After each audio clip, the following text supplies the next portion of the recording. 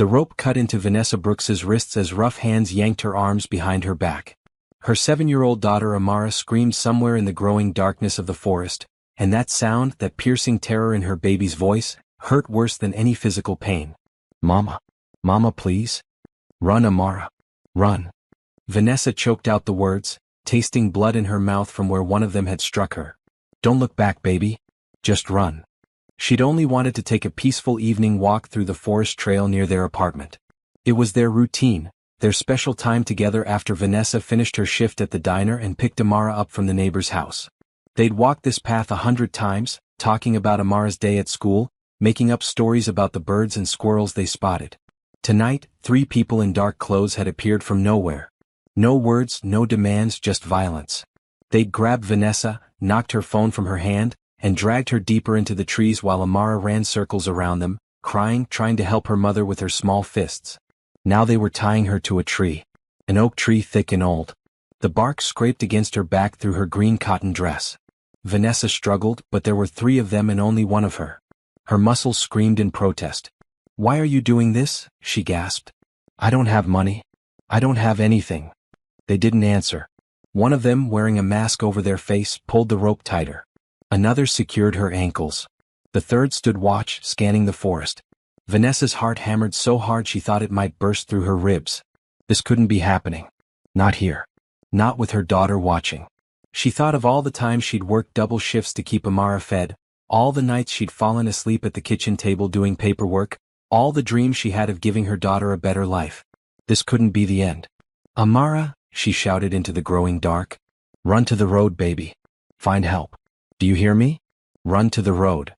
A small sob answered her, farther away now. Good. Her daughter was running. That was all that mattered. The attackers finished their work in silence. The rope around her torso held her upright against the tree, unable to move, unable to fall, barely able to breathe. Then, as suddenly as they'd appeared, they melted back into the forest shadows. Their footsteps faded. Vanessa was alone. The evening air grew cooler. Birds called from the branches above. Somewhere in the distance, a car passed on the road. So close, yet impossibly far. She pulled against the ropes, ignoring the pain as they bit into her skin. Nothing gave. Whoever had done this knew how to tie knots. Her mind raced. Had Amara made it to the road? Would anyone find them before it got completely dark? The forest stretched for miles, and this particular trail was rarely used after sunset. Panic clawed at her throat. She thought of her daughter's face, those bright brown eyes that looked at her every morning with complete trust. Amara believed her mother could fix anything, solve any problem, chase away any monster. What would happen to her baby if no one found them? Who would take care of her? Amara's father had left when she was 2, vanishing without a word or a backward glance. Vanessa's parents were gone. She had no siblings, no close family. Just her and Amara against the world. Tears streamed down Vanessa's face, but she refused to make a sound. If her daughter was still within earshot, she wouldn't hear her mother cry. She wouldn't hear fear. "Please," Vanessa whispered to the darkening sky. "Please let someone find her. Let someone help my baby."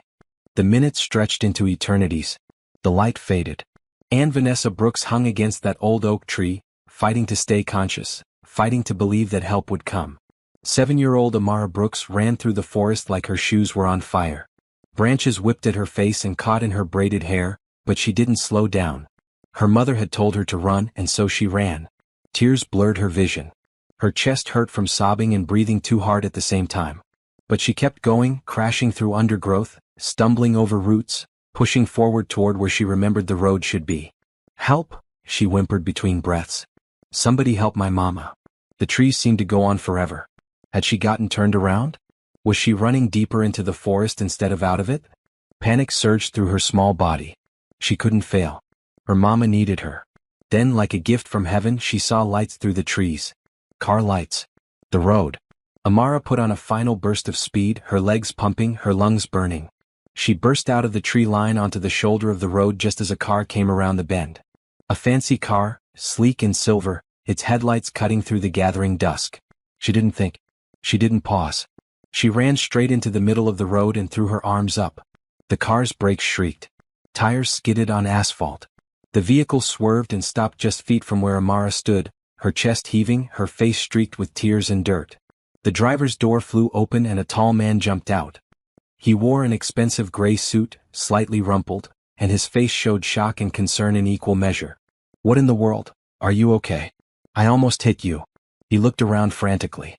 "Where are your parents?" Amara launched herself at him, grabbing his suit jacket with both hands. Words tumbled out of her mouth in a desperate flood. "Please, please, you have to help. They hung my mom on a tree. Bad people tied her up and left her in the forest, and I don't know where exactly, but she told me to run and find help, and please, mister, please, you have to save her. She's all alone and it's getting dark and I don't know what they'll do, and please, please, please help my mama." The man stared down at her and Amara saw something shift in his eyes. The shock transformed into determination. He dropped to one knee so he was at her level. "Show me where," he said simply. "We'll find her together." Before you keep reading this story of how one little girl's courage changed 3 lives forever, could you take just 1 second to subscribe to this channel? Stories like Amara and Vanessa's need to be heard. Their journey from that dark forest to hope and healing deserves to be shared. Hit that subscribe button and drop a comment telling us. Would you have stopped for a child in the road? Would you have run into an unknown forest to help a stranger? Your thoughts matter. Now, let's continue with how Thomas Harrison became a hero. Thomas Harrison had been driving aimlessly for hours, his mind as clouded as the sky above. At 42 years old, he had everything money could buy and nothing that money couldn't. 3 successful tech companies. A mansion in the hills. Cars, investments, properties around the world. And a heart that felt like it had stopped beating 2 years ago when his younger sister Rebecca died in a car accident. He'd been heading nowhere in particular when a small girl appeared in his headlights like an angel made of pure desperation. Now, holding his phone to his ear while the child, Amara, she'd said her name was, gripped his other hand, Thomas felt more alert than he had in months. Maybe years. "This is Thomas Harrison. I'm on Route 47 about 3 miles north of the Pine Valley exit. I need emergency services immediately. A woman has been attacked and tied to a tree somewhere in the state forest. The victim's daughter is with me. Send everything you have." The 911 operator's voice came through, professional but urgent. "Sir, can you provide more details about the location? Not exact coordinates yet, but we're going in now. I need you to send police, paramedics, search and rescue, everyone. I'll stay on the line." Thomas ended the call and immediately dialed another number. His personal assistant, Frank, answered on the first ring. "Frank, I need you to do exactly what I say and do it fast. Contact Chief Matthews at the state police. Tell him Thomas Harrison needs every available officer sent to the Pine Valley State Forest immediately. A woman's life is at stake. Then call Mayor Rodriguez. Use my name, use whatever favors I have, but get a massive search operation here now. I'm talking helicopters if possible, search dogs, everything. Right away, sir. Anything else?" "Yes. Call Mercy General Hospital. Tell them to prepare their best trauma team for a potential critical patient. Tell them I'm covering all costs whatever happens. Move, Frank." Thomas hung up and looked down at Amara. The little girl's face was streaked with dirt and tears, her pink t-shirt torn at the shoulder, her sneakers muddy. But her eyes held such fierce hope, such absolute belief that he would fix this. He couldn't let her down. "Okay, sweetheart. I need you to be very brave for me. Can you take me to where you came out of the forest?" Amara nodded so hard her braids bounced. "Yes, I remember. This way." She pulled him toward the tree line, and Thomas followed, already pulling out his phone's flashlight. The forest loomed before them, dark and deep, but he didn't hesitate. This child needed him. Her mother needed him. And for the first time since Rebecca's death, Thomas Harrison felt like his life had purpose. They plunged into the trees together. The forest floor was uneven and treacherous in the fading light. Thomas kept one hand firmly holding Amara's and the other pointing his phone's flashlight ahead. Branches reached out like grasping fingers and roots tried to trip them with every step. "She said to run this way," Amara panted, pulling him forward. "I remember that weird tree that looks like it's bending over. And that big rock. Mama and I always look for landmarks." Thomas's heart clenched. A mother who taught her daughter to notice details, to pay attention to surroundings. A smart woman. A careful woman. Which made what happened to her even more senseless. "You're doing great, Amara. Just keep showing me." His phone buzzed. Frank calling back. "Sir, Chief Matthews is mobilizing every available officer. He says they can have at least 90 officers on site within 30 minutes. Mayor Rodriguez is coordinating with search and rescue. They're sending helicopters with searchlights." 90 officers? Thomas felt a surge of gratitude mixed with determination. Tell them I want 99. Round it up. Leave no stone unturned. And Frank, call my lawyer. Have him offer a substantial reward for any information leading to the arrest of whoever did this. Consider it done, sir. Thomas pocketed his phone and focused on following Amara deeper into the forest. The little girl moved with surprising certainty despite her terror, pointing out the path she'd taken in reverse. Tell me about your mama, Thomas said gently, partly to keep Amara talking and alert, partly because he genuinely wanted to know. What's she like? Amara's voice came out small but fierce with love. She's the best mama in the whole world. She works really hard at the diner and sometimes at the grocery store too. She makes me pancakes every Sunday shaped like animals. Last week she made a giraffe and it was so funny because the neck was too long. Thomas felt his throat tighten. She sounds wonderful. She is. She always says we're a team. Just her and me against the world. She says we don't need anybody else as long as we have each other. Amara's voice cracked. But I need her. I really, really need her. We're going to find her, sweetheart. I promise you. They pushed through a particularly dense thicket of bushes. Thomas felt thorns catch at his expensive suit, heard fabric tear. None of it mattered. Behind them, he could hear the distant wail of sirens growing louder. Help was coming. How long have you and your mama lived around here? Thomas asked. 2 years. We moved here after my daddy left. Mama said we needed a fresh start. She got a job at Rose's Diner and we got a small apartment near the school. It's not very big but Mama made it nice. She painted my room purple because that's my favorite color. Thomas filed away every detail. A single mother. Working multiple jobs.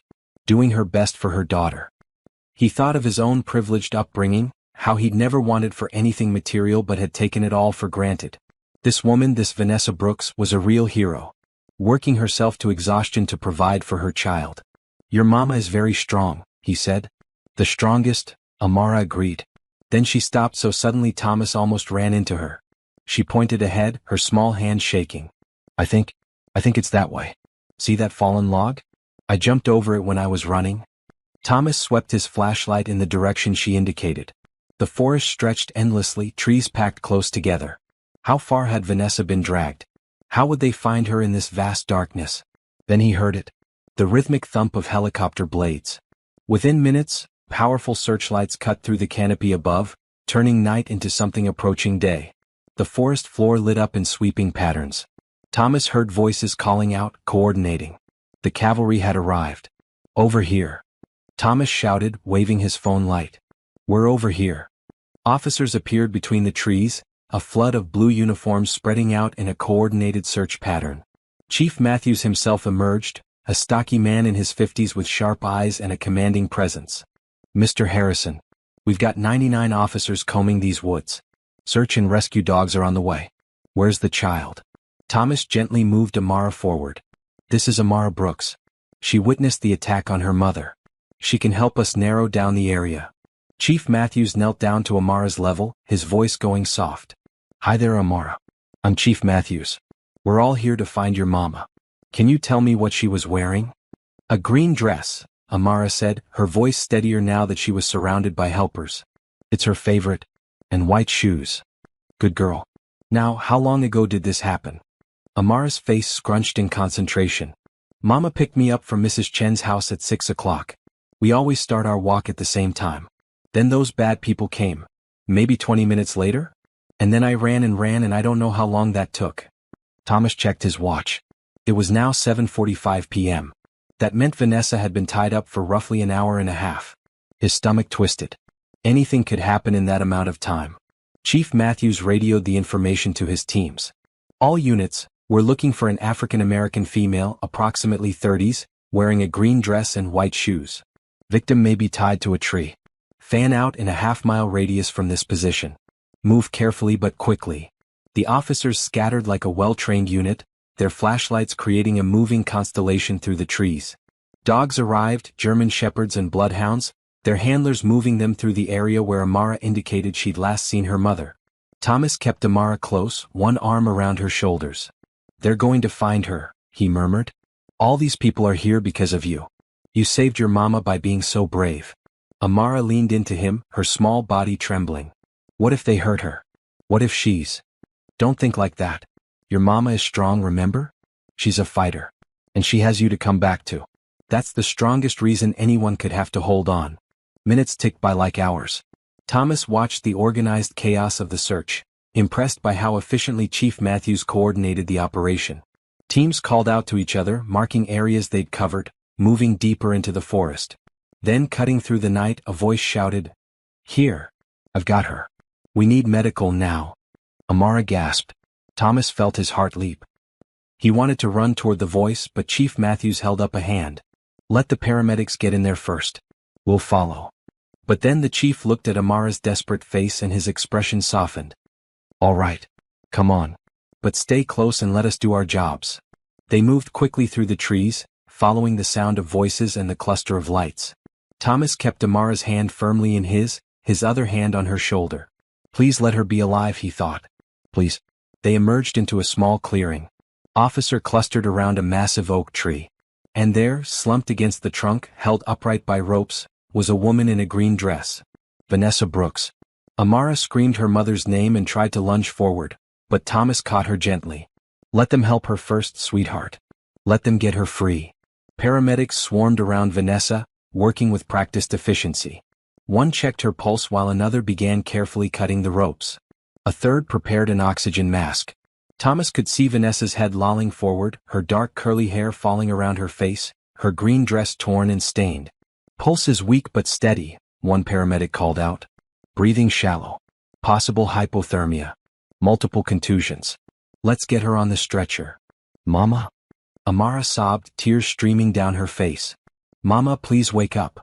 As if hearing her daughter's voice had power beyond medicine, Vanessa's eyes fluttered. Her head lifted slightly. Her gaze, unfocused and hazy, swept over the crowd of officers and paramedics until it found Amara. "Baby," she whispered, the word barely audible. "You're okay." "We've got her, ma'am," one of the paramedics said gently. "You're safe now. Try not to move." They lowered Vanessa carefully onto a stretcher. Thomas finally released Amara, and the little girl darted forward, grabbing her mother's hand. Vanessa's fingers, cold and scraped, closed weakly around her daughter's. "So brave," Vanessa murmured. "My brave girl. I found help, Mama. Just like you said. I ran to the road and this man stopped and he called everyone and there's 99 police officers here to save you." A tear slid down Vanessa's cheek. Her eyes, brown and beautiful despite the pain in them, shifted to Thomas. He stepped forward, not sure what to say, feeling oddly humbled by this woman's strength. "Thank you," Vanessa breathed. "My daughter is safe," Thomas finished. "And you're going to be fine. We're taking you to Mercy General right now. The best doctors are waiting." Chief Matthews appeared at Thomas's elbow. "Mr. Harrison, we need to secure this area as a crime scene. Can you ride with the mother and daughter to the hospital? My officers will take your statement there." "Of course." The paramedics were already moving, carrying Vanessa's stretcher through the forest with impressive speed and care. Amara clung to one side of the stretcher, refusing to let go of her mother's hand. Thomas walked on the other side, one hand resting lightly on Amara's shoulder, offering silent support. The journey back through the forest seemed both endless and too fast. Officers lined their path, lights held high, creating a corridor of safety. Thomas counted them as they passed. True to his request, 99 men and women had answered the call. 99 officers who had dropped everything to search for a woman they'd never met. When they reached the road, 3 ambulances waited, lights flashing. The paramedics loaded Vanessa into the first one with smooth efficiency. "Sir, only one family member can ride along," one of them said. Amara looked up at Thomas with such desperate, pleading eyes that he couldn't say no. "I'll follow right behind in my car," Thomas said, squeezing her shoulder. "I'm not going anywhere, sweetheart. I'll be there the whole time." Chief Matthews appeared again. "Actually, Mr. Harrison, why don't you ride with them? I'll have an officer drive your car to the hospital. We need to debrief anyway." Thomas nodded gratefully and climbed into the ambulance after Amara. The little girl immediately pressed herself against her mother's side, careful to avoid the 4-line the paramedic was inserting. Vanessa's eyes had closed again, but her breathing seemed steadier. The paramedic wrapped warm blankets around her, checking vitals, administering oxygen. "Vitals are stabilizing," he reported. "BP is low but climbing. We need to watch for shock." The ambulance surged forward, siren wailing. Thomas sat on the small bench seat, watching Amara stroke her mother's hair with infinite gentleness. The little girl's face was streaked with dried tears, her clothes dirty and torn, but she wore an expression of fierce protectiveness.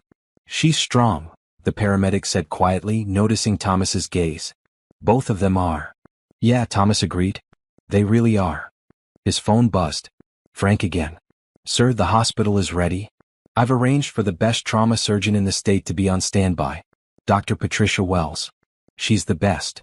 "Thank you, Frank." "And the police investigation. Chief Matthews has already put out an APB for suspects. They're canvassing the area looking for anyone who might have seen something. I've also arranged for private security to be posted at the hospital. Just in case." Thomas hadn't even thought of that. What if whoever attacked Vanessa tried to finish what they started? Good thinking. Spare no expense. When they arrived at Mercy General, the doors flew open to reveal a team of doctors and nurses waiting. They transferred Vanessa with choreographed precision, wheeling her through automatic doors and down a hallway. Thomas took Amara's hand again as they followed. A nurse tried to stop them at the emergency room entrance, but Thomas fixed her with a look that had made corporate opponents back down.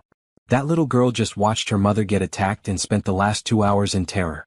She needs to stay close. I'll make sure she doesn't interfere, but she's not leaving her mother's side. Understood. The nurse's expression softened. Understood, sir. But she'll need to wait outside if they take her mother to surgery. They settled in a private waiting area that Thomas suspected had been hastily upgraded on his behalf. Amara curled up in a chair, her eyes locked on the doors where they'd taken Vanessa. A doctor in blue scrubs emerged after what felt like forever but was probably only 20 minutes. "Are you the family?" She looked between Thomas and Amara with a kind, assessing gaze. "I'm her daughter," Amara said quickly. "Is my mama okay?" The doctor knelt down. "Your mama is a very strong woman. She's awake and asking for you. She has some injuries we need to treat, some bruises and cuts, and she's dehydrated. We want to keep her overnight for observation. But she's going to be fine." Amara burst into fresh tears, but these were tears of relief. "Can I see her?" "Absolutely. Come with me." They followed the doctor to a private room. Thomas had expected to wait outside, but Amara grabbed his hand and pulled him in with her. Vanessa lay in the hospital bed, looking small and fragile against the white sheets.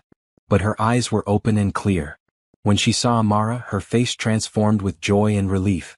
"Baby girl," she whispered, holding out her arms. Amara climbed carefully onto the bed and nestled against her mother's side. Vanessa wrapped one arm around her daughter and closed her eyes, breathing deeply as if convincing herself this was real. Then her gaze found Thomas standing awkwardly near the door. "You," she said softly. "You saved my life." Thomas shook his head. "Your daughter saved your life. She's the bravest person I've ever met." "No," Vanessa insisted. "You could have driven past her. Most people would have. You could have just called 911 and left. But you went into that forest. You mobilized 99 police officers. You." Her voice broke. "Why?" Thomas moved closer to the bed. He looked at this woman, this stranger who somehow didn't feel like a stranger at all, and told her the truth. "Because when your daughter looked at me with those desperate eyes, something woke up inside me that I thought died 2 years ago. She needed help. You needed help. And for the first time in a very long time, I could actually do something that mattered." Vanessa studied him with those beautiful brown eyes. "I don't know how to thank you. You don't need to thank me. Just rest and get better. That's all I need." A soft knock on the door interrupted them. Chief Matthews entered, his expression serious. "Mrs. Brooks, I'm Chief Matthews. I need to ask you some questions about what happened if you feel up to it." Vanessa nodded, though Thomas could see exhaustion pulling at her features. Amara snuggled closer to her mother. "Can you describe your attackers?" the chief asked gently. "3 people," Vanessa said slowly, her voice gaining strength as she focused on the memory. "They wore dark clothes and masks. I never saw their faces. They didn't say anything, didn't ask for anything. They just grabbed me and dragged me into the forest. Can you remember anything distinctive? Height, build, any identifying marks?" Vanessa closed her eyes, thinking. One was tall, maybe 6 feet. The other 2 were shorter, average height. One of them walked with a slight limp, favoring their left leg. And there was a smell. Cigarette smoke. The tall one smelled strongly of cigarettes. Chief Matthews nodded, taking notes. "That's good. That's very helpful. Did they say anything at all? Any indication of why they targeted you?" "Nothing. It was like Vanessa's voice shook slightly. Like they were sending a message. Or like they enjoyed the cruelty. I kept asking why, but they never answered. Thomas felt anger burning in his chest.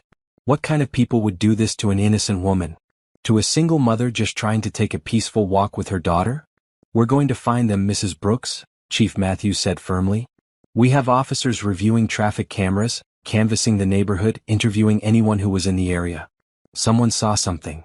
Thank you, Vanessa whispered.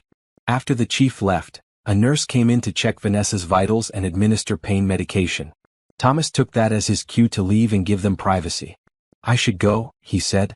Let you both rest. But Amara's head shot up. No. Please don't go. Please stay. Thomas looked at Vanessa, seeking permission. She gave him a small, tired smile. If you don't mind staying, we'd feel safer with you here. So Thomas Harrison, billionaire businessman who usually spent his evenings in expensive restaurants or empty mansions, settled into the uncomfortable chair beside a hospital bed and kept watch over a woman and child he'd only just met. And for the first time in 2 years he didn't feel alone. The hospital room settled into a quiet rhythm as night deepened outside the windows. Vanessa drifted in and out of sleep, the pain medication doing its work. Amara fought to stay awake, curled protectively against her mother's side, but eventually exhaustion won and her eyes closed. Thomas sat in his chair, jacket draped over the armrest, tie loosened, watching over them both. A nurse had brought him coffee 2 hours ago, but it sat forgotten and cold on the side table. He didn't need caffeine. The simple act of being here, being useful, being needed, kept him more alert than any stimulant could. His phone buzzed quietly. Frank checking in for the 5th time. Sir, I've arranged everything as requested. The hospital bills will be sent directly to my office. I've also hired a private security firm. There are 2 guards stationed outside the room and 2 more in the lobby. No one gets to Mrs. Brooks or her daughter without going through them first. Thank you, Frank. What about their living situation? I did some research. They rent a 1-bedroom apartment in a building on the south side. The landlord confirmed their lease is month to month. It's not in a great area, sir. High crime rate. Thomas felt his jaw tighten. Of course it wasn't in a great area. Vanessa worked 2 jobs just to keep a roof over their heads. She probably took whatever she could afford. Look into properties I own that would be suitable for them. Something safe. Good schools nearby. And Frank, contact her employers. Make sure they know she'll need some time off to recover. I'll cover any lost wages. There was a pause on the other end. Sir, may I speak frankly? Always.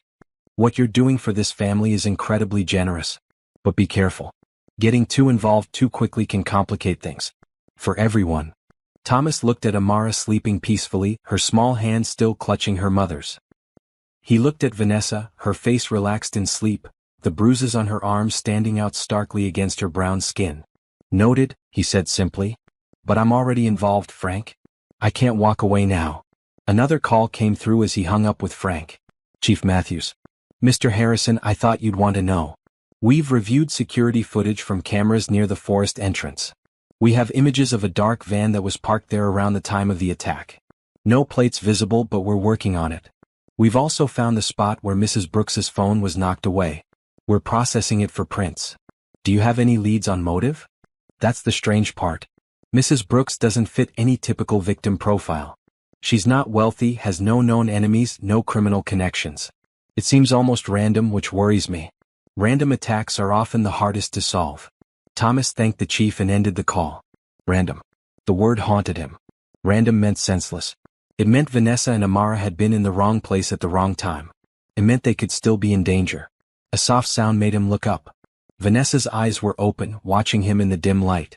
You're still here, she whispered, careful not to wake Amara. I said I would be. Most people don't mean that. They say it to be nice, then they disappear. She shifted carefully, wincing slightly. How long have I been asleep? Thomas checked his watch. About 3 hours. It's almost midnight. How are you feeling? Like I was tied to a tree for 2 hours. A ghost of a smile crossed her face. But alive. Thanks to you and Amara. The doctors say you can probably go home tomorrow if everything checks out. Vanessa's expression clouded. Home. Right. Back to our apartment. She looked down at her sleeping daughter. I don't know if I can go back to that forest path. It was our special thing, our time together. Now it's ruined. You'll make new special things, Thomas said gently. New safe places. New memories. It'll take time, but you will. Vanessa studied him with those intelligent eyes. You sound like you're speaking from experience. Thomas found himself talking before he could think better of it. The quiet darkness of the hospital room, the vulnerability of the moment, somehow made it easier. My sister died 2 years ago. Car accident. She was my only family. We were close growing up, even though my work pulled me away for years. I kept thinking I'd have time later to reconnect, to really be there for her. Then one day I got a call and time ran out. Vanessa's hand moved, reaching out toward him. Without thinking, Thomas took it. I'm so sorry, she said. I stopped living after that. Oh, I went through the motions. Board meetings, business deals, investments. But I wasn't really alive. I was just existing. Waiting to feel something again. He looked at their joined hands. Then your daughter ran in front of my car and grabbed my jacket and begged me to help, and suddenly I felt everything at once. Purpose, Vanessa said softly. Yes, purpose. They sat in comfortable silence for a moment, hands still linked. Can I ask you something? Vanessa said. Anything. Why are you really doing all this? The doctors, the security guards, everything. You don't even know us. Thomas considered his answer carefully. My sister used to volunteer at a women's shelter. She'd come home and tell me stories about the women she met. Single mothers working 3 jobs. Women fleeing bad situations. Women just trying to survive and give their kids a better life. She'd get so frustrated because she couldn't help them all, couldn't fix everything that was broken in their situations. He paused, remembering Rebecca's fierce compassion. One night, she told me something I've never forgotten. She said, you can't save everyone, Thomas, but when someone is right in front of you, needing help, and you have the power to give it, not helping is a choice. It's choosing to look away. So when Amara ran in front of my car, I saw someone right in front of me who needed help. Choosing to look away wasn't an option. Vanessa's eyes glistened with unshed tears. Your sister sounds like she was an amazing person. She was. You remind me of her, actually. That strength, that determination to protect the people you love no matter what. A comfortable silence fell between them. Amara stirred slightly in her sleep, murmuring something unintelligible, then settled again. What do you do? Vanessa asked. For work, I mean. You mentioned board meetings. I run a few tech companies. Software development, data security, that sort of thing. It's boring but profitable. Vanessa laughed quietly. Says the man who's being modest. I may work at a diner, but I can recognize an expensive suit when I see one, even when it's torn and dirty. You're more than just comfortable. Money doesn't equal happiness. I learned that the hard way. No, but it equals options. Security. The ability to help people. Vanessa squeezed his hand gently. Don't minimize what you're doing for us. Tonight, you mobilized an army for 2 people you'd never met. That's not just money. That's character. Thomas felt warmth spread through his chest, a feeling he hadn't experienced in so long he'd almost forgotten what it was like. Being seen. Being appreciated not for his wealth or his business acumen, but for simply being a decent human being. Tell me about you, he said. How did you end up here? Vanessa's face turned thoughtful. Long story or short version? We have all night. Long version. So Vanessa talked, her voice soft in the darkness. She told him about growing up in Georgia, about meeting Amara's father in college, about the whirlwind romance that turned into a marriage too young. About how he'd been charming at first, then distant, then gone. He left when Amara was 2. Just took off one morning with a note saying he couldn't handle the responsibility. I was devastated, angry, scared. I had a toddler to raise and barely enough money to make rent. That must have been terrifying. It was. But it was also clarifying. I realized I could either fall apart or stand up. For Amara's sake, I chose to stand up. Vanessa looked at her daughter with infinite love. We moved here for a fresh start. Got a job at Rosa's diner. The owner, Rosa Martinez, she's been good to me. Lets me pick shifts that work around Amara's school schedule. I started working at the grocery store on weekends for extra money. That's a lot of hours. It's worth it. Every time Amara comes home with a good grade or shows me a picture she drew or tells me about her day, I know it's worth it. She's my whole world. Thomas thought about his own childhood, privileged and comfortable, never wanting for anything material.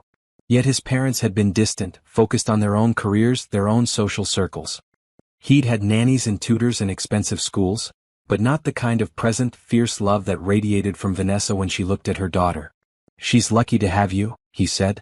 I'm the lucky one. She's the best thing that ever happened to me. Dawn began to creep through the hospital window, painting the room in soft gray light. Thomas realized they'd talked through most of the night, sharing stories, learning about each other. It felt natural, easy, like talking to an old friend rather than someone he'd met just hours ago. A nurse came in to check Vanessa's vitals and change her bag. She gave Thomas a knowing smile. The doctor will be by in about an hour for morning rounds. If everything looks good, Mrs. Brooks should be able to go home this afternoon.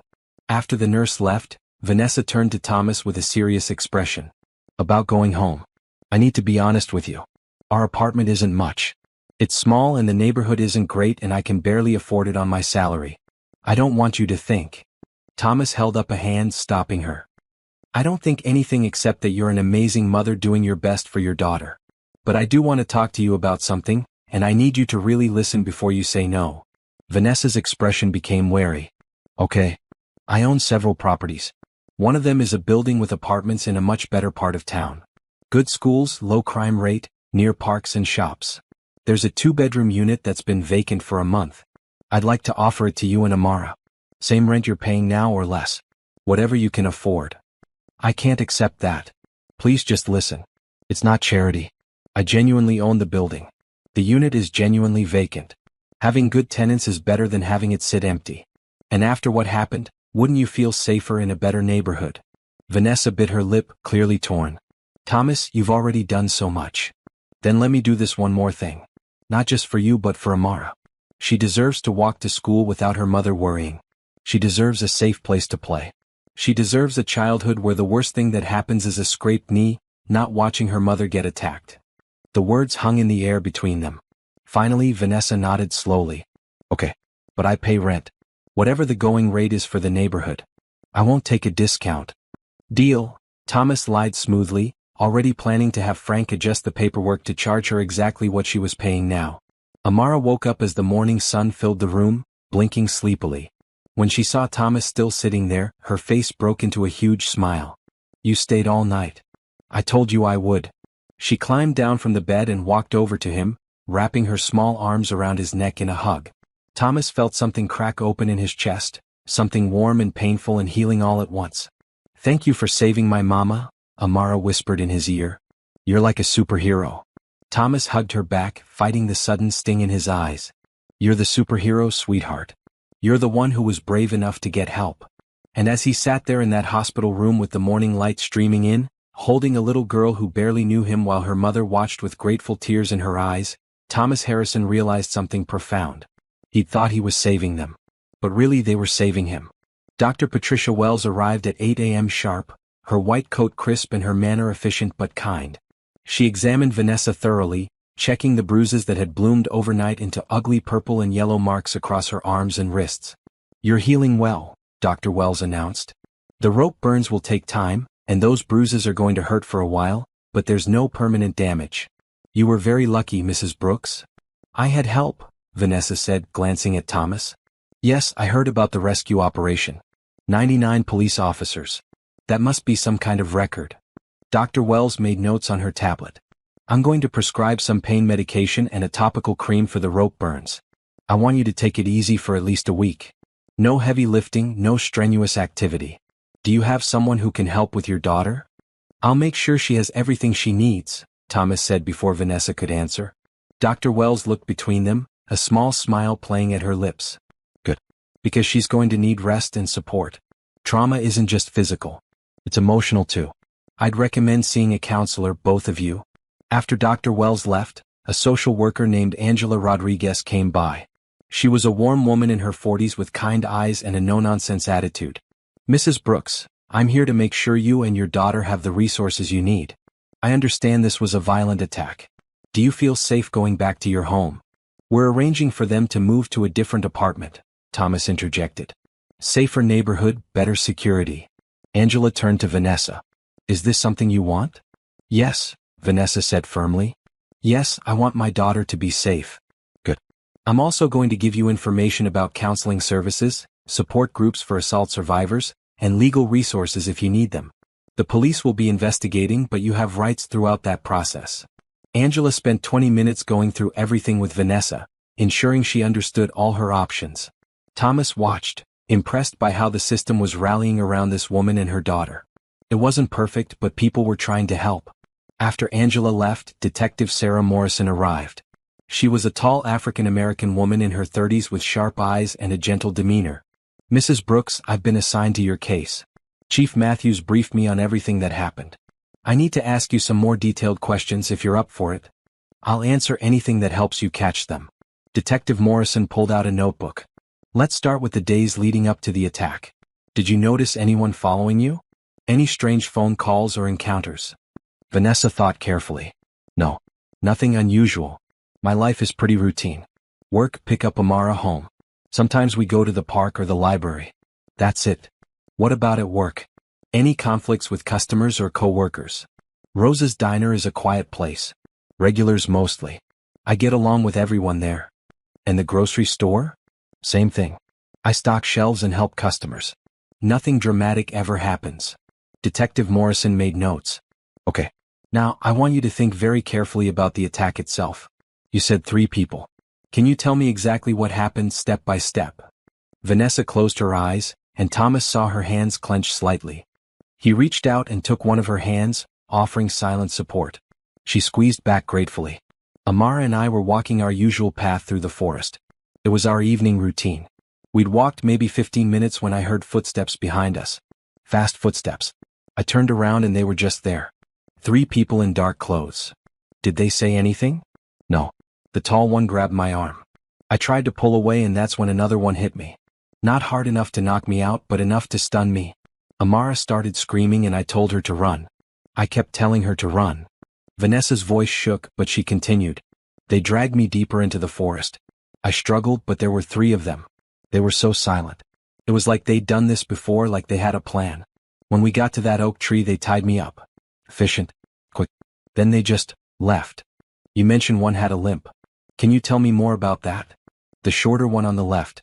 They favored their left leg. It wasn't obvious, but I noticed when they were walking away." "Good. That's very good. Anything else?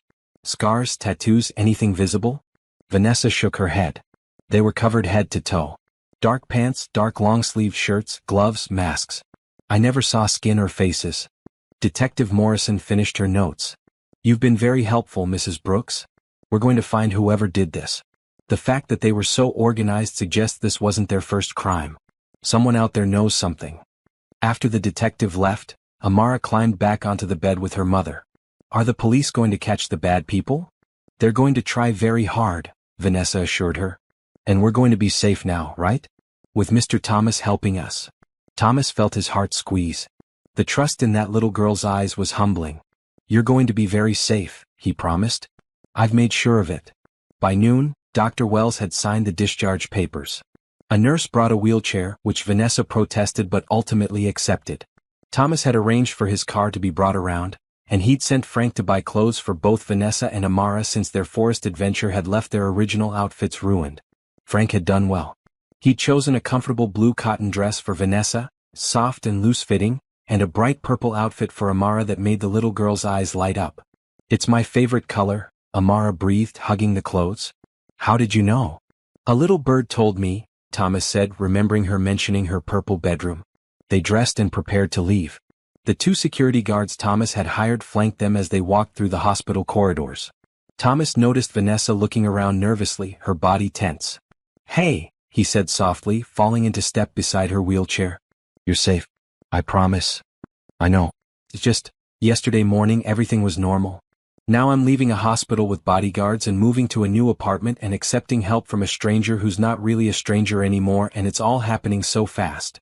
We can slow down if you need to. You're in control here, Vanessa. Always."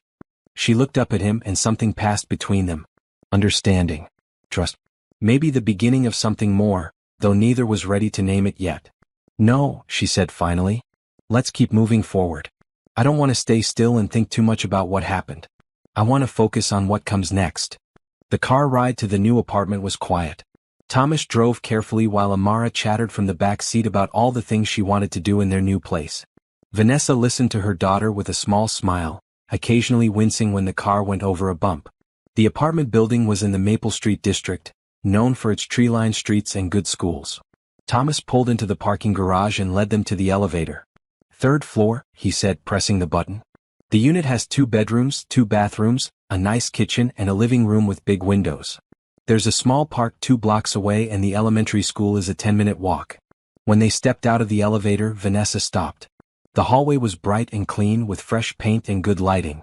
Nothing like her old building with its flickering fluorescent lights and cracked tiles. Thomas unlocked the door to Unit 3B and stepped aside to let them enter first. Vanessa walked in slowly, Amara darting ahead to explore. The apartment was indeed beautiful. Hardwood floors gleamed in the sunlight streaming through large windows. The kitchen had modern appliances and granite countertops. The living room was spacious and airy. "It's already furnished," Vanessa said, looking at the comfortable couch and chairs, the dining table, the tasteful decorations. "I hope that's okay. I thought it might be easier than moving furniture. But if you want to bring your own things, we can arrange that too." Amara's excited squeal came from down the hall. "Mama, come see my room." They found Amara jumping on a bed in the smaller bedroom. The walls were painted a soft lavender and there was a desk by the window, a bookshelf and a closet with sliding doors. "It's purple," Amara said, her eyes shining. "My whole room is purple." Vanessa's eyes filled with tears. She turned to Thomas, who stood in the doorway looking pleased with himself. "You painted it," she said. "When did you even have time?" "I may have called in a few favors. Had a team work through the night." "Thomas? Before you say it's too much, just look at your daughter's face. Tell me it's too much." Vanessa couldn't. Amara was literally glowing with happiness, exploring every corner of her new room with wonder and delight. The master bedroom was equally lovely, decorated in calming blues and greens. The bathroom had a deep tub and a separate shower. Everything was clean, new, perfect. "I can't afford this," Vanessa said quietly when they were back in the living room. "Be honest with me. What's the real rent?" Thomas had prepared for this. $1,500 a month. That's actually below market value for this area, but the owner, meaning himself, wants good long-term tenants more than maximum profit. It was a lie. The market value was easily $3,000. But Vanessa nodded, accepting his words. "I'm paying $1,800 at my current place for a 1-bedroom in a terrible neighborhood. So this is actually saving me money." "Exactly. When can we move our things?" "Whenever you want. I can have movers handle everything. You should rest." Vanessa shook her head. "I want to be there. Those are our belongings, our memories. I need to be part of the transition. Then we'll do it together. Tomorrow when you've had a chance to rest. How does that sound?" "That sounds perfect." They spent the afternoon settling in. Thomas ordered food delivered, healthy options that would help Vanessa regain her strength. They ate together at the dining table, Amara talking nonstop about her new school and new room and new everything. As the sun began to set, painting the living room in golden light, Thomas prepared to leave. "You need to rest," he told Vanessa. "The security guards will be in the building overnight. If you need anything at all, call me. I'll have my phone on." He wrote his personal cell number on a notepad by the kitchen phone. Vanessa walked him to the door, moving slowly but steadily. At the threshold, she stopped and looked at him. "I don't know how to thank you for everything you've done. You've already thanked me. Multiple times. Not properly. Thomas, you saved my life. You gave us a safe home. You stayed at the hospital all night. You've turned our whole world around in less than 24 hours. That deserves more than just words." Thomas found himself stepping closer, drawn by something he couldn't quite name. "Seeing you safe and happy is all the thanks I need." They stood there for a moment, close enough that Thomas could see the flecks of gold in her brown eyes, close enough to feel the warmth radiating from her. Then Amara's voice called from her room. "Mama, can Mr. Thomas read me a story before he goes?" The moment broke, but gently. Vanessa smiled. "She's gotten attached to you. The feeling is mutual. Will you come back tomorrow? To help with the move? I'll be here at 9 a.m. sharp. Then yes, you can read her one story. But just one. She needs to sleep and so do you." Thomas read Amara a story about a brave princess who saved her kingdom, and the little girl fell asleep halfway through, her head on her new pillow, a smile on her face. When he finally left the apartment and walked to his car, Thomas felt lighter than he had in years. He had a purpose again. A reason to get up in the morning. 2 people who needed him, not for his money or his business connections but for himself. His phone rang as he started the engine. Detective Morrison. "Mr. Harrison, I wanted to update you. We've identified the van from the security footage. It was reported stolen 3 days ago. We're running down leads but I think this attack was planned. Someone targeted Mrs. Brooks specifically." Thomas felt ice run through his veins. What do you mean? The level of organization, the silence, the efficiency. This wasn't random. Whoever did this knew what they were doing. Which means they might try again. Then we need to keep Vanessa and Amara safe. Whatever it takes.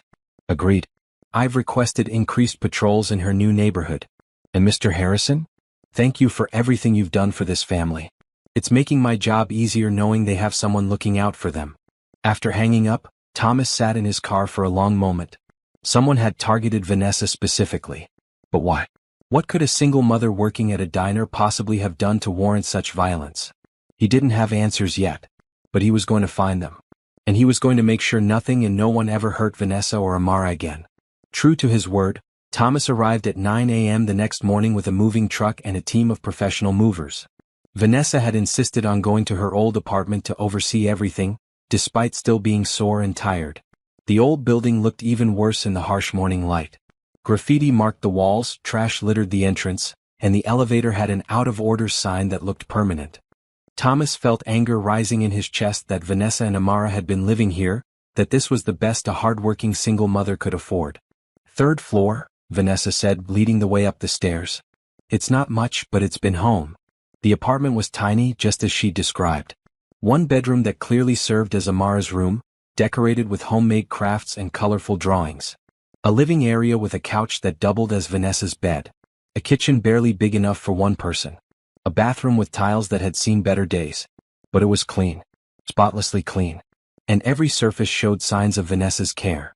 Plants on the windowsill. Pictures drawn by Amara hung with tape on the walls. Books stacked neatly on a homemade shelf. Let's get started, Vanessa said, clearly embarrassed by the state of the place. The movers worked efficiently, but Thomas found himself helping too. He carefully packed Amara's drawings and school projects, making sure each one was preserved. He wrapped the plants gently. He handled the few photos Vanessa had, images of her and Amara at various ages, capturing moments of joy despite their struggles. One photo caught his attention. Vanessa and a younger Amara, maybe 3 years old, at a beach. Both wore huge smiles and Vanessa looked carefree and happy. That was our last vacation, Vanessa said, noticing him looking at it. We saved for a year to afford 2 days at the beach. It was worth every penny. Thomas carefully wrapped the photo.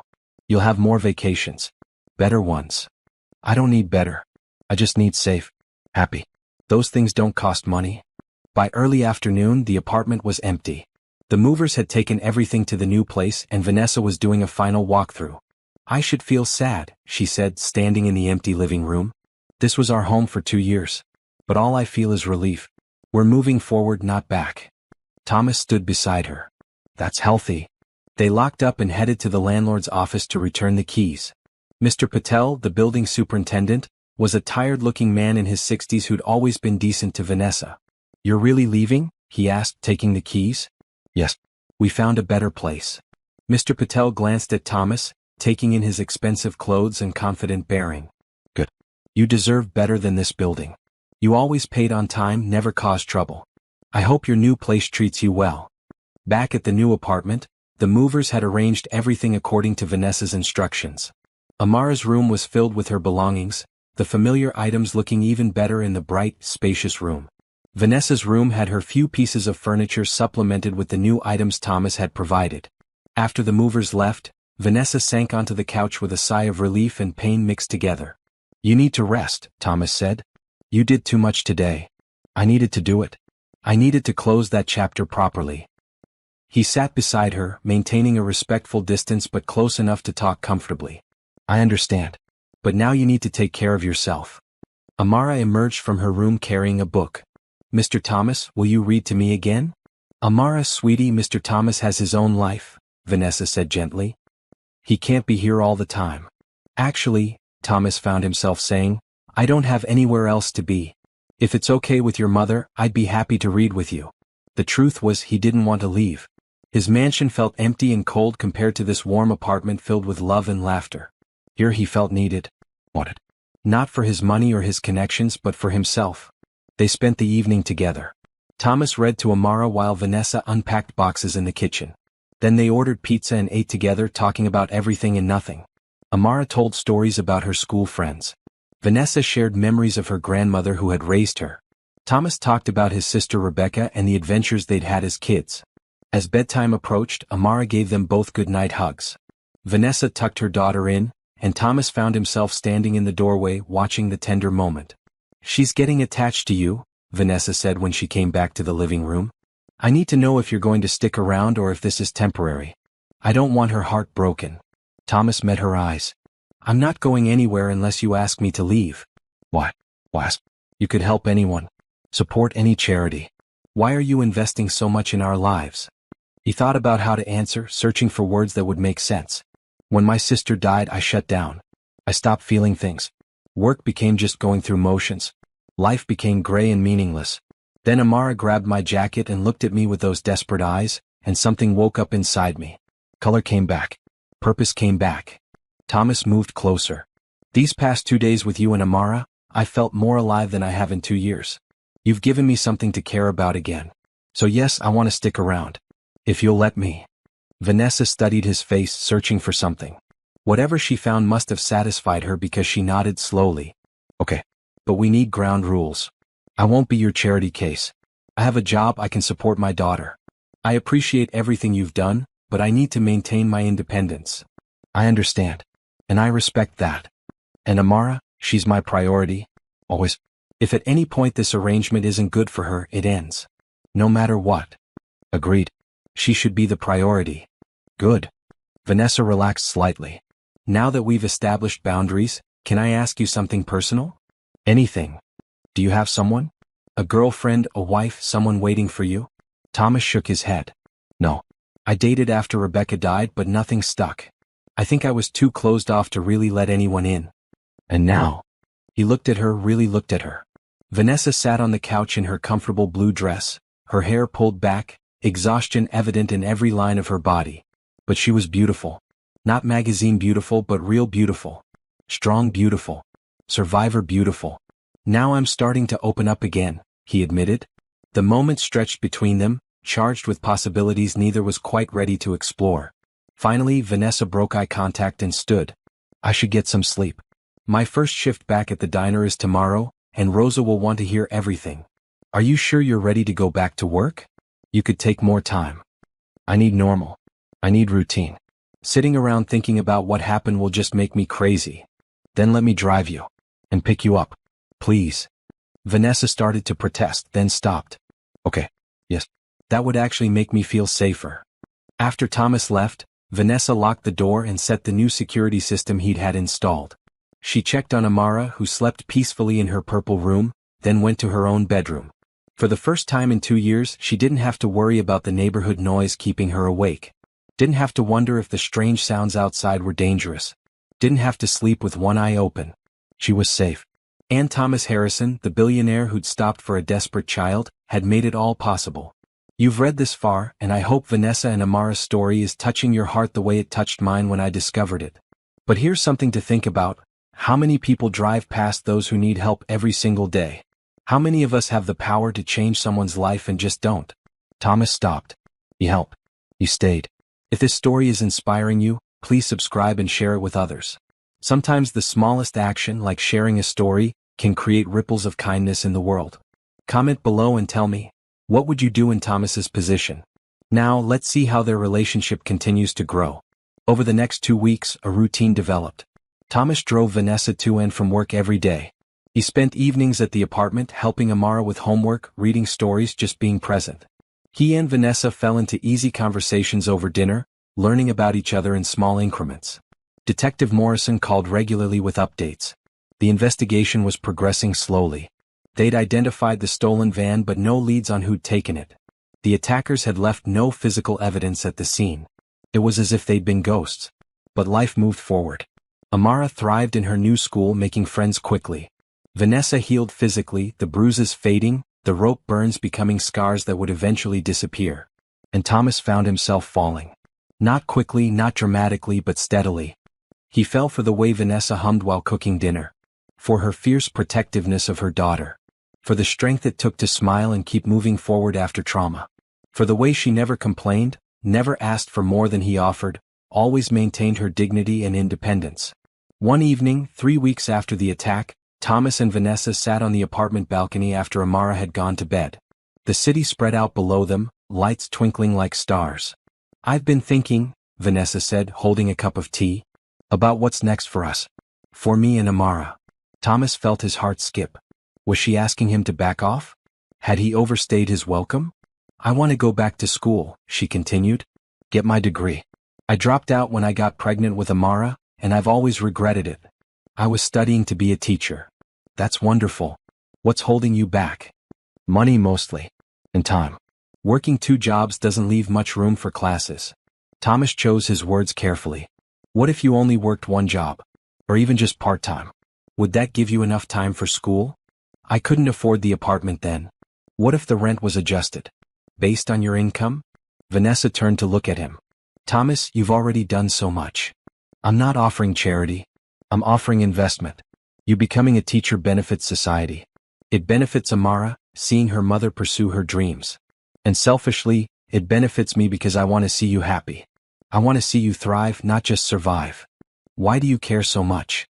The question wasn't accusatory, just genuinely curious. Thomas set down his own cup and turned to face her fully. "Because somewhere along the way, over these past 3 weeks, you and Amara became important to me. I wake up thinking about whether you slept well. I go through my day looking forward to dinner here.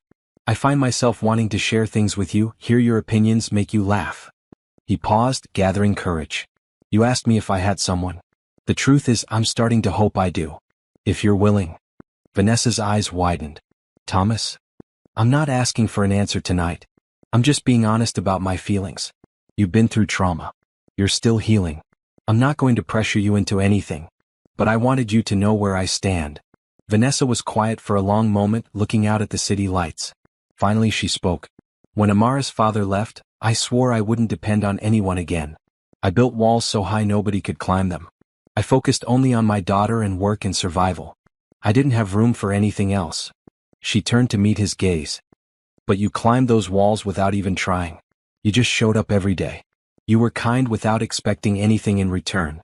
You saw me not as a victim or a charity case but as a person. A woman. A mother doing her best." "You are all those things," Thomas said softly. "I'm scared," Vanessa admitted. "Scared of depending on someone and having them leave. Scared of Amara getting hurt if this doesn't work out. Scared of my own feelings because they're getting stronger every day. I'm scared too. Scared of messing this up. Scared of not being what you need. But I'm more scared of walking away and spending the rest of my life wondering what could have been." Vanessa reached out and took his hand. Her fingers were small in his, but her grip was strong. "Okay," she said. "Let's try. Slowly. Carefully. With Amara's well-being as our top priority." "Always," Thomas agreed. They sat there on the balcony holding hands as the night deepened around them, 2 broken people finding healing in each other's company. Neither of them noticed the car parked across the street, or the figure inside watching the building with cold, calculating eyes. The next morning, Thomas arrived with coffee and pastries as had become his habit.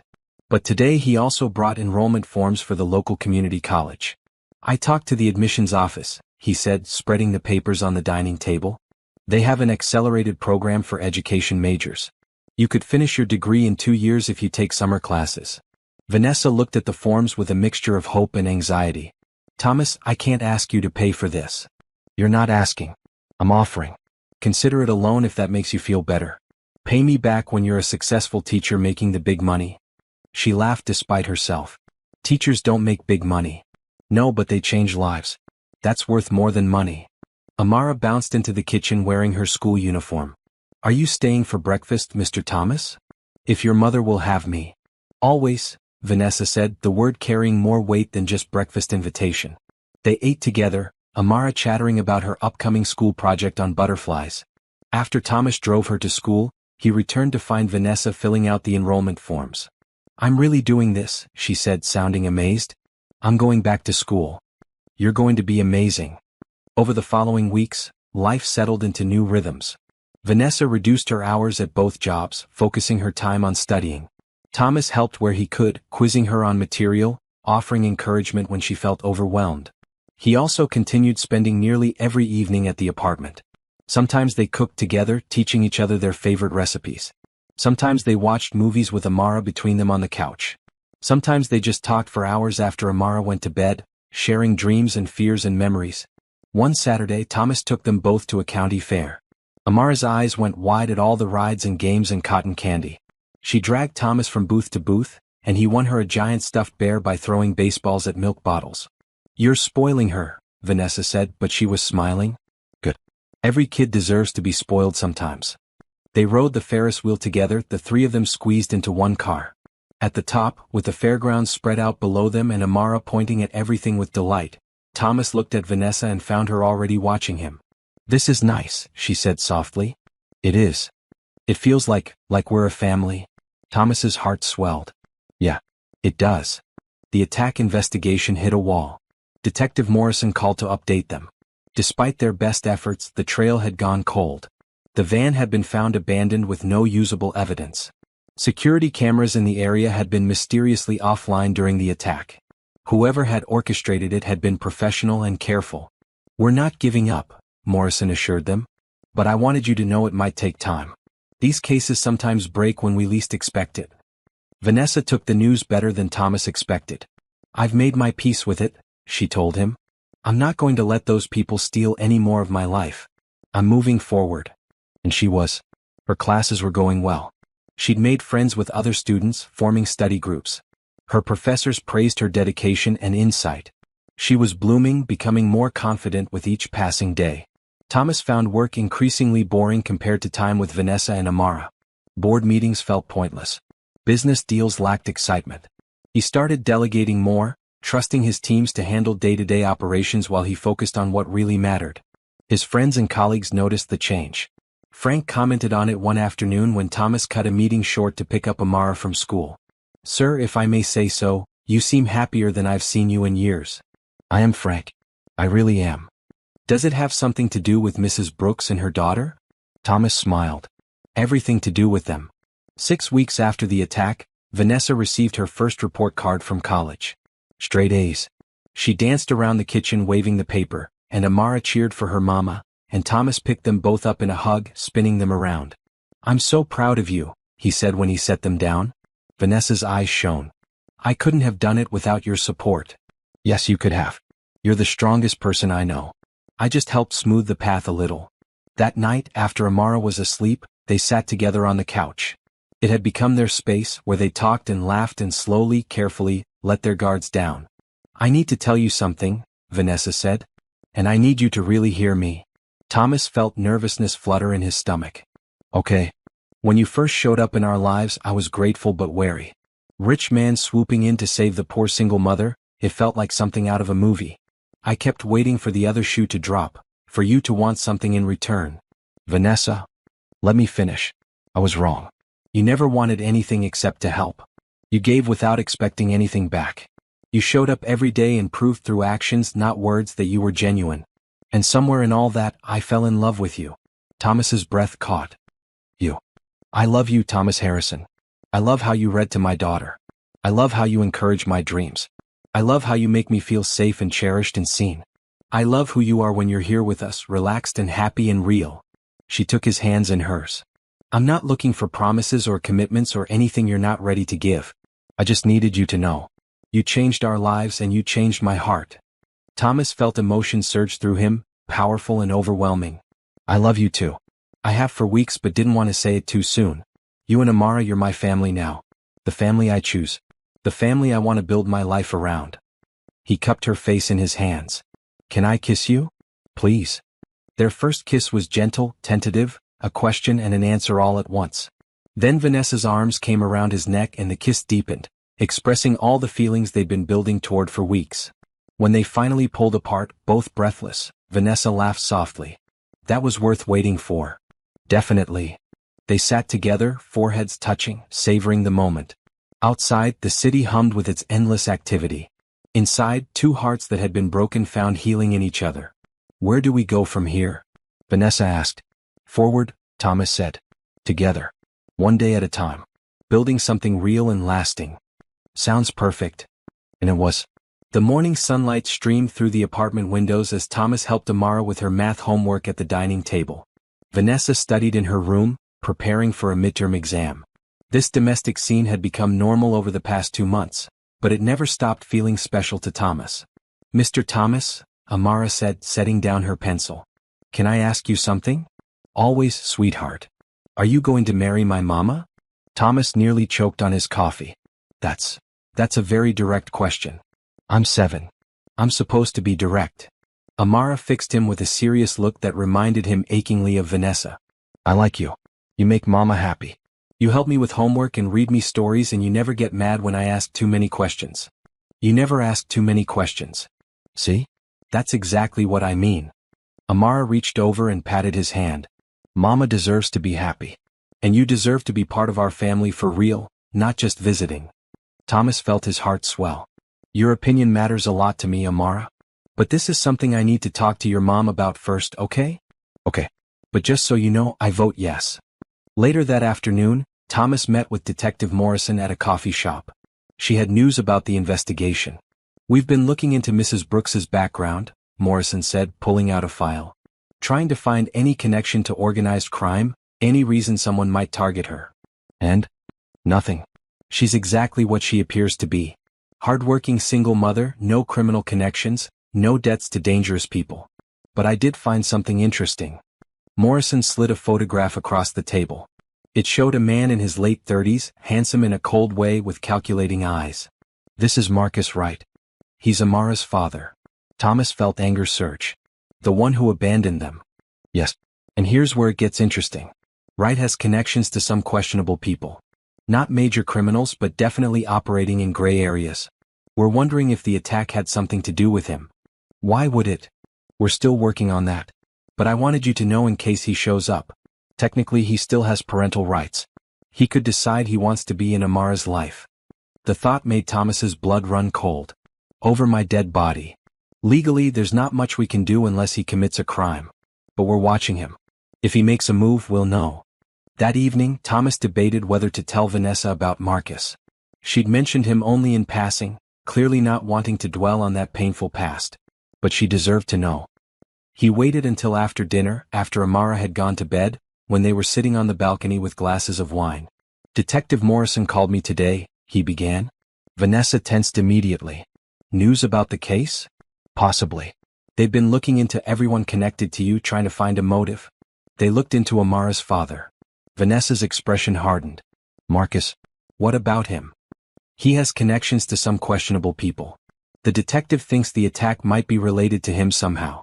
That doesn't make sense. Marcus wanted nothing to do with us. He made that very clear when he left. People change.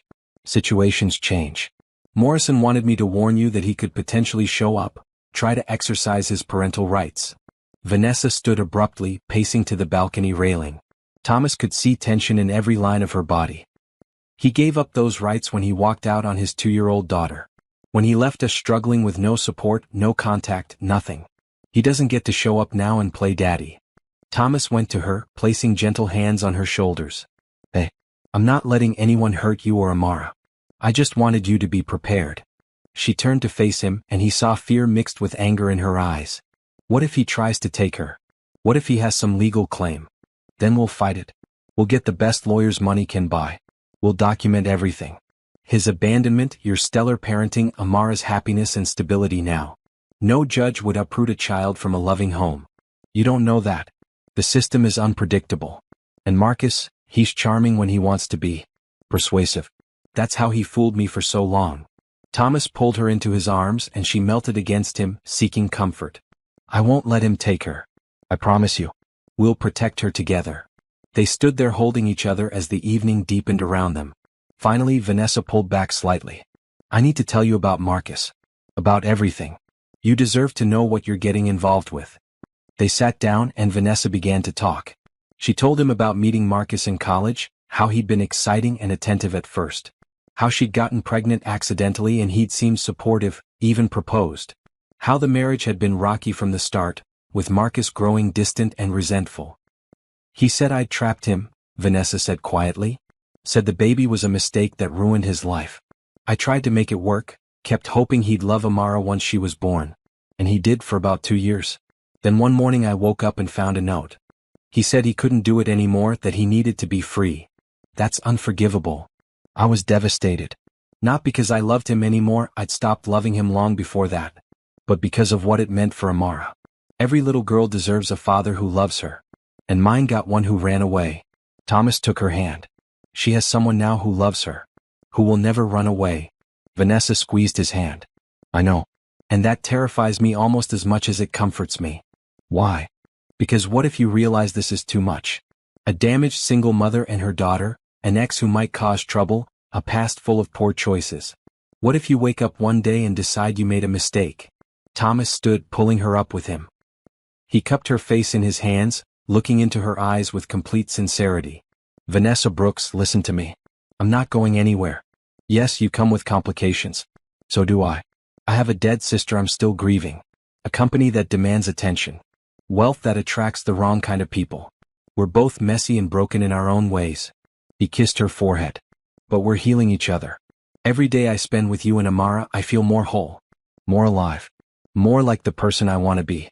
You're not a burden. You're a gift. Tears slid down Vanessa's cheeks. I love you so much it scares me. Good. Love should be scary sometimes. It means we have something worth protecting. They kissed and it felt like a promise. A commitment to face whatever came together. The next day Thomas made a decision. He called his lawyer, Martin Rodriguez, and set up a meeting. I need legal advice, Thomas said. About adoption. Martin's eyebrows rose. You're thinking of adopting? Amara Brooks. Her mother and I are in a relationship and I want to make things official. Give Amara the security of knowing I'm legally her father too. Has the biological father terminated his rights? He abandoned them 5 years ago. No contact, no support payments, nothing. Martin made notes. We can work with that. In most states, abandonment for over a year is grounds for terminating parental rights. We'd need to serve him with papers, give him a chance to respond. If he doesn't contest, it's fairly straightforward. And if he does contest? Then it gets complicated. We'd need to prove he's unfit or that it's in the child's best interest to terminate his rights. Given the abandonment, we'd have a strong case. Do it. Draw up the papers. I want this done properly. Thomas didn't tell Vanessa yet. He wanted to have everything in order first, wanted to present it as a real possibility rather than just a dream. That weekend he took Amara to the park while Vanessa studied. They fed ducks by the pond and Amara chattered about her friends at school. Mr. Thomas, do you have kids of your own? She asked suddenly. No, sweetheart. I never got married, never had children. Don't you want them? Thomas looked at this beautiful, bright little girl who'd grabbed his heart that terrifying night on the road. I do now. Amara climbed into his lap, something she'd started doing recently. Good. Because I think you'd be a great dad. You do. Yeah. You're patient and kind and you never yell. And you make Mama smile. That's the most important thing. Thomas hugged her tight, this child who'd saved his life just as much as he'd saved hers. Amara, if I could legally be your dad, would you want that? She pulled back to look at him with wide eyes. Like for real? Not just pretend. For real. With papers and everything. Yes, she breathed. Yes, yes, yes. Could I call you Dad instead of Mr. Thomas?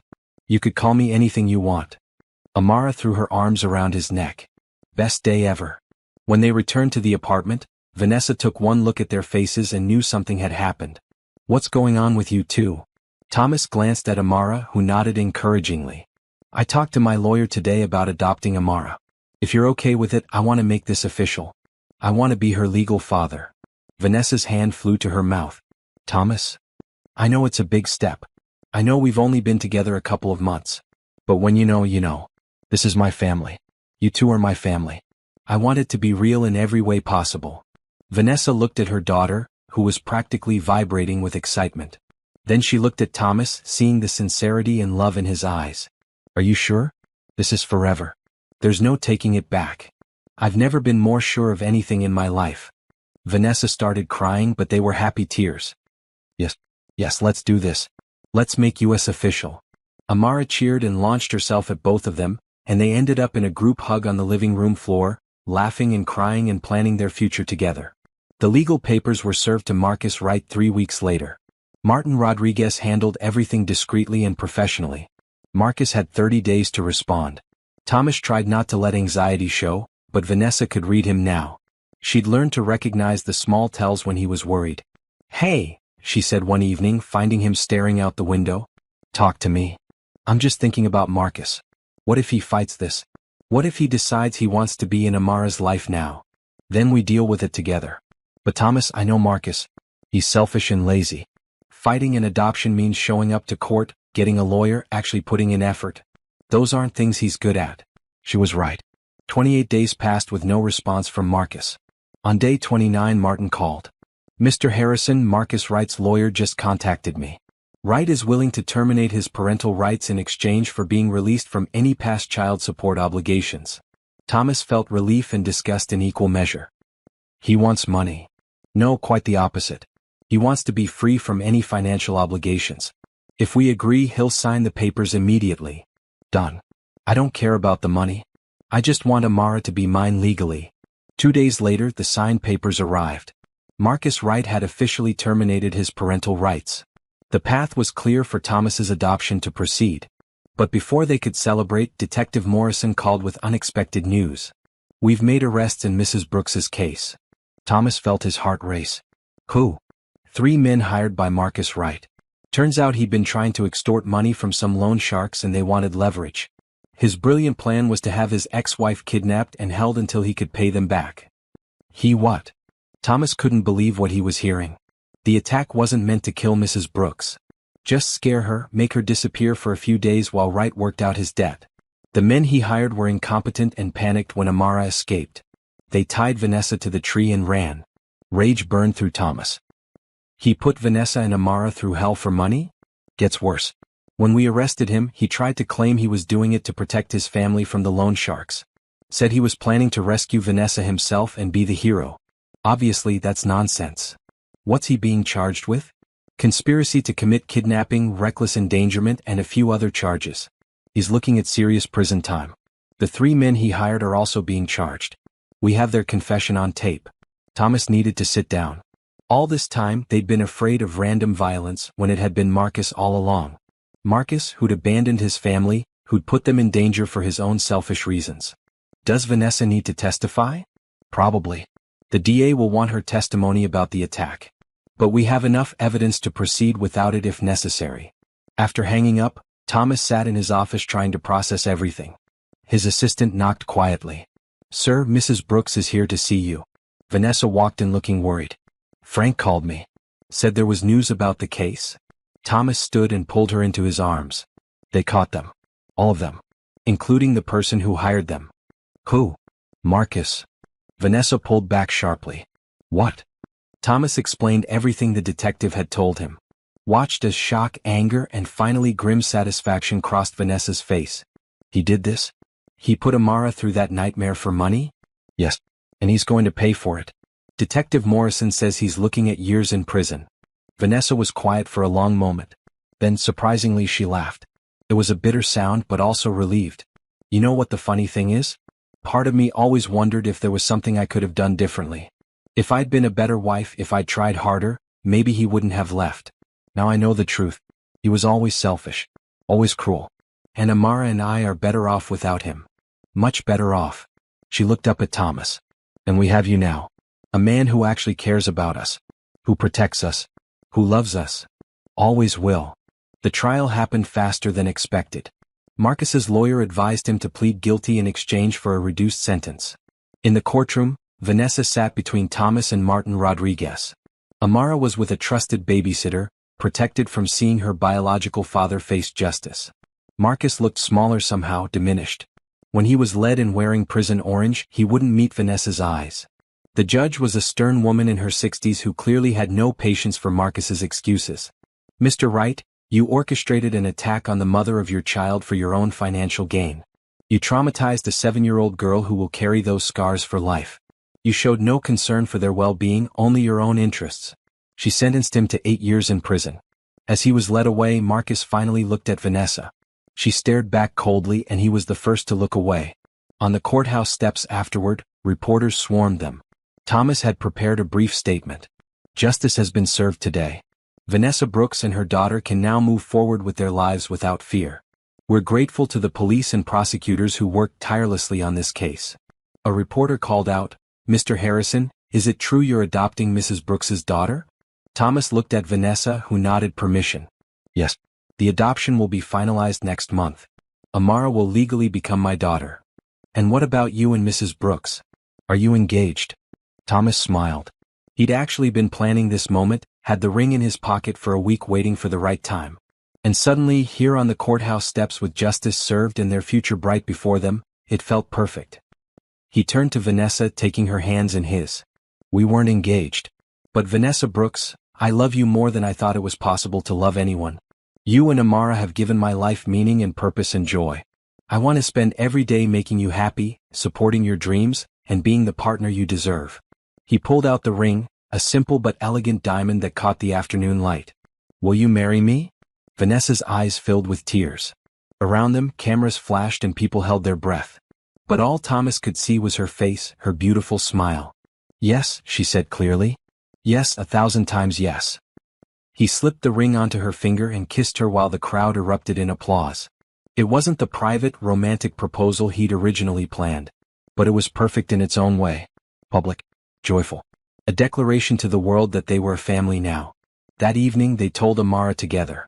She looked at the ring on her mother's finger with wide eyes. Does this mean Mr. Thomas is going to be my dad for real?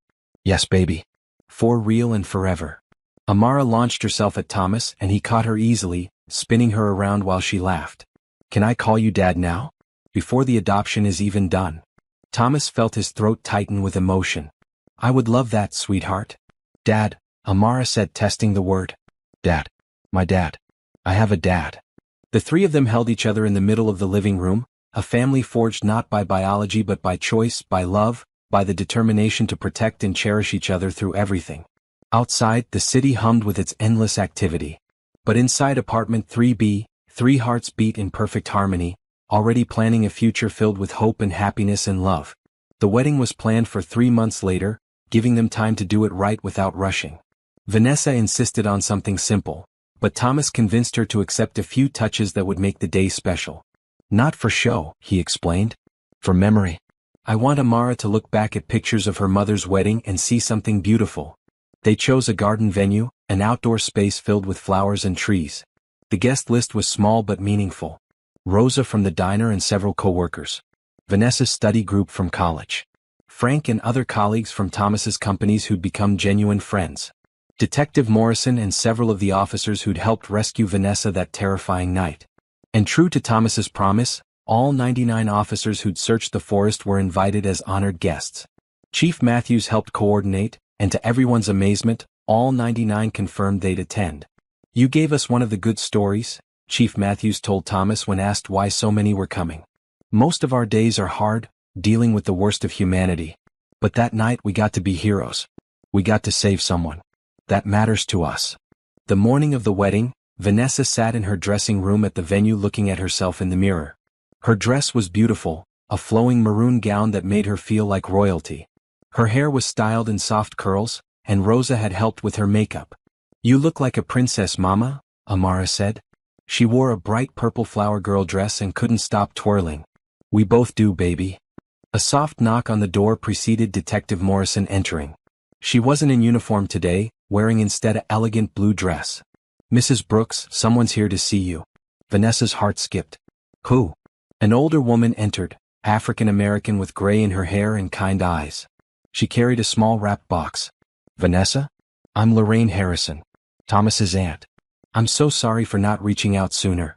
Thomas had mentioned he had some extended family but wasn't close to them. Vanessa stood, suddenly nervous. It's nice to meet you. Lorraine smiled. Thomas told me about you and Amara. About how you came into his life. I wanted to tell you something about my nephew that he probably hasn't shared.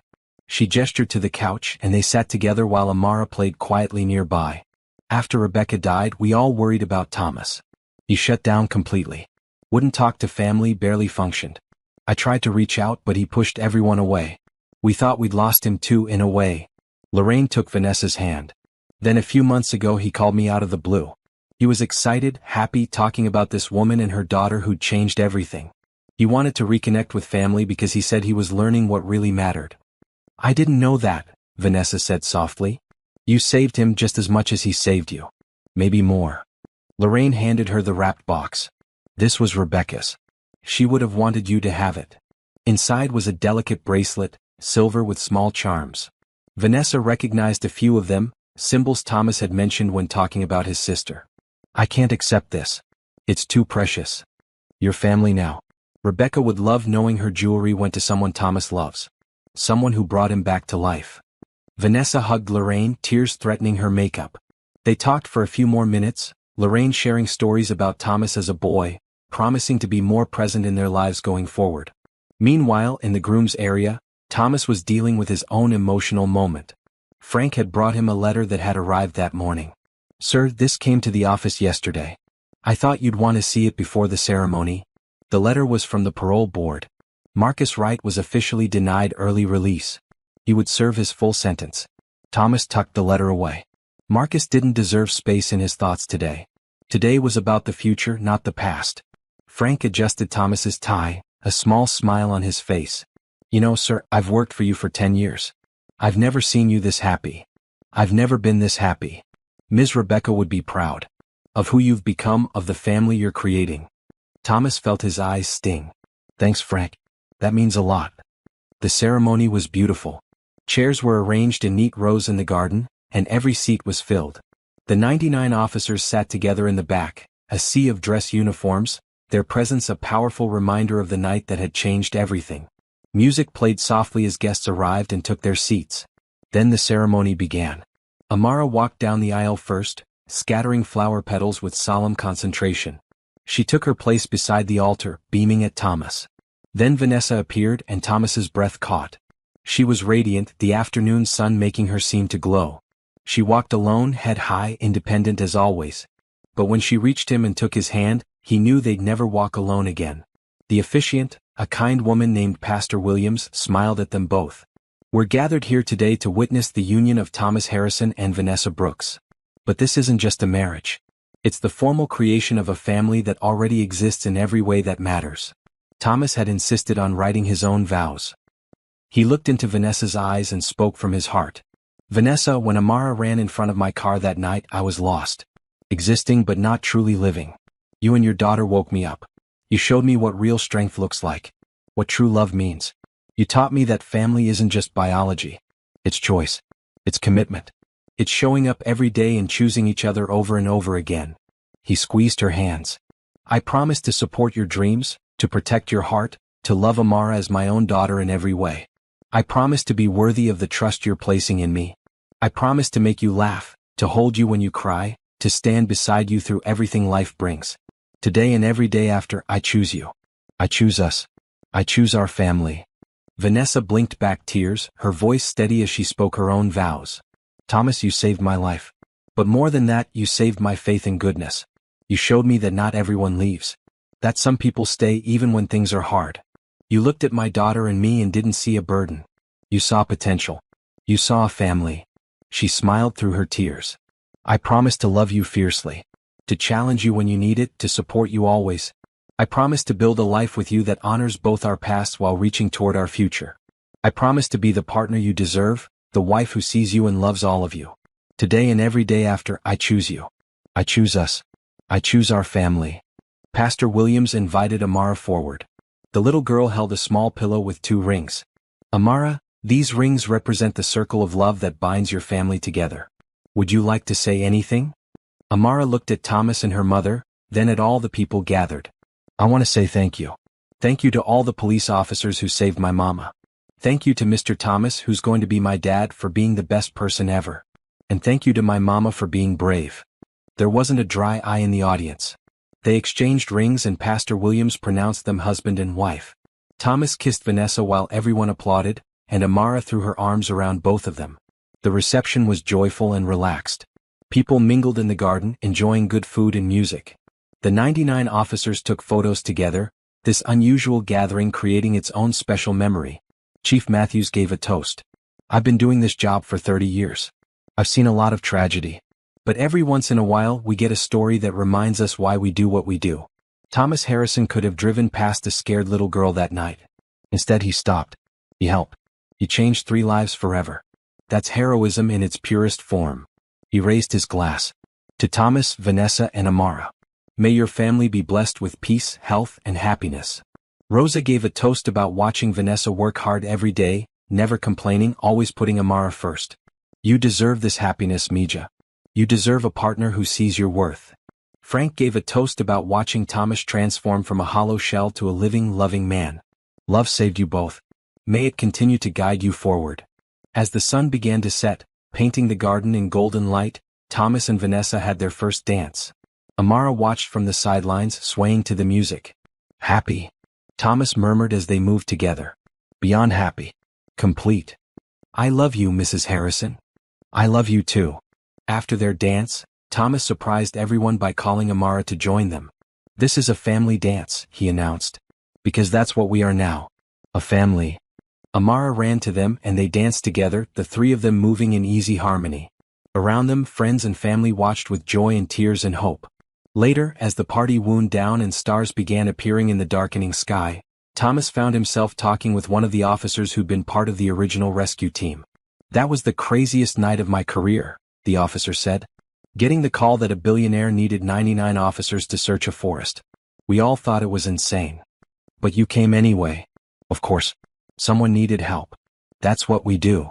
The officer smiled. Best decision I ever made. This right here, seeing you all together and happy. This makes everything worthwhile. As the evening ended and guests began leaving, Thomas, Vanessa, and Amara stood together saying goodbye to everyone. Each of the 99 officers stopped to shake their hands, to offer congratulations, to be part of this circle of love and community. Finally, it was just the three of them in the garden under the stars. Can we stay here a little longer? Amara asked. It's so pretty. They sat together on a bench, Amara between her parents, all of them looking up at the night sky. Remember when we used to look for stars from our old apartment? Vanessa said to Amara. But we could barely see any because of all the city lights? Yeah. We can see so many more from our new place. That's because we moved to a better place, Thomas said. Better views, better neighborhood, better life. Better everything, Amara agreed, snuggling against him. Vanessa took Thomas's hand and he took Amara's, completing the circle. You know what the best part is? Vanessa said softly. We could have so easily missed each other. If you'd been driving a different route that night. If Amara had run a different direction. If any one of 100 small things had been different, we never would have found each other. But we did, Thomas said. Against all odds, in the most unexpected way, we found each other. Found each other and made a family, Amara added. They sat in comfortable silence, watching the stars emerge one by one. In the distance, the city hummed with its endless activity. But here in their garden, on their wedding night, Thomas, Vanessa, and Amara existed in a bubble of perfect peace. Thomas thought about that desperate drive 2 years ago, when grief had consumed him and life had seemed pointless. Thought about Amara's terrified face in his headlights, her small hands grabbing his jacket. Thought about finding Vanessa tied to that tree, fighting to stay conscious. Thought about every moment since that had led them here. Thank you, he said suddenly. Vanessa looked at him. For what? For running into the road that night, he said to Amara. For trusting me to help. He turned to Vanessa. For being strong enough to survive. For letting me into your lives. For loving me back. We're the ones who should be thanking you, Vanessa said. No. This goes both ways. You gave me a reason to live again. You gave me purpose and love and a family. You gave me everything that matters. Amara yawned, the long exciting day catching up with her. Thomas picked her up, and she immediately nestled against his shoulder. Let's go home, Vanessa said, standing and taking his free hand. Home. The word had never sounded sweeter. As they walked to the car, Thomas looked back at the garden one last time. This place would always be special, the spot where they'd made their promises official. But the real magic wasn't in the location. It was in the people beside him. They drove through the quiet streets to their apartment, Amara already asleep in the back seat. Thomas carried her up while Vanessa unlocked the door. Together, they tucked her into her purple bed, kissing her forehead. In their own room, still wearing their wedding clothes, Thomas and Vanessa stood at the window looking out at their neighborhood. Safe streets. Good schools. A place where Amara could grow up without fear. We made it, Vanessa said softly. From that forest to here. From terror to joy. We actually made it. Thomas pulled her close. We did. Together. Together, she agreed. Outside, the world kept turning. People faced their own struggles, their own moments of despair and hope. But in apartment 3B on Maple Street, 3 hearts beat in perfect harmony. A family created not by chance but by choice. Not by blood but by love. Kindness had led them here. Hope had sustained them. And love had bound them together into something stronger than any of them could have been alone. The little girl who'd begged a stranger to save her mother had gained a father. The mother who'd fought to survive for her daughter's sake had gained a partner. And the billionaire who'd stopped for a desperate child had gained everything money could never buy. A home.